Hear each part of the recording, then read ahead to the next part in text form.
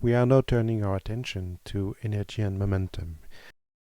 I would like to introduce the Hamiltonian and how it relates to Lagrangians. When we discussed symmetries and their implication in terms of conservation laws, like conserved quantities, like the fact that invariance under translation in space lead to conservation of linear momentum, I mentioned in passing that if the Lagrangian was not time-dependent explicitly, if it was not explicitly a function of time, then there was a conserved quantity called the energy. But I never showed that. So we are going to do that now by taking explicitly the time derivative of the Lagrangian.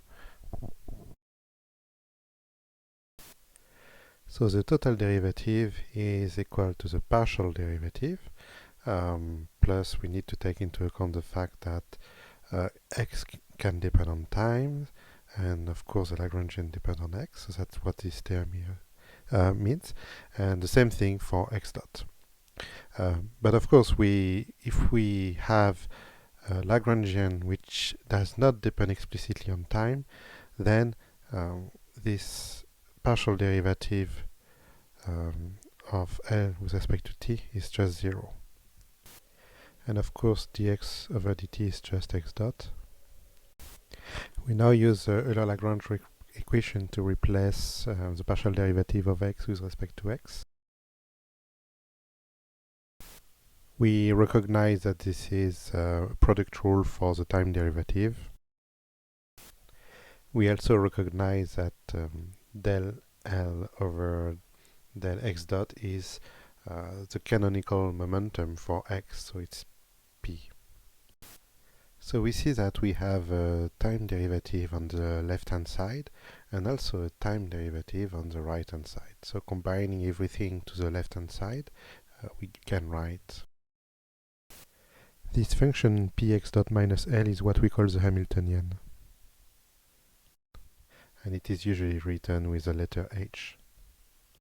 So we see that when the Lagrangian doesn't depend explicitly on time, which was expressed by the fact that its partial derivative with t was 0, we get conserved Hamiltonian because its time derivative, the total time derivative of the Hamiltonian, is equal to 0. So in the non-relativistic case, we have Lagrangian, which is, in this case, the momentum is given by, and the Hamiltonian is given by. So we recognize that this is a sum of the kinetic energy plus the potential energy, and therefore that's what we call the total energy of the system.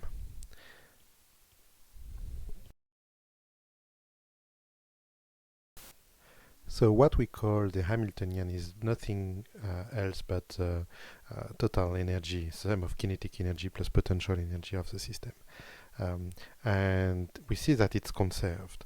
So we have proved this fundamental relationship between invariance under time translation, which is manifested by the fact that the Lagrangian doesn't depend explicitly on time, and the fact that there is a conserved quantity which we know as the energy.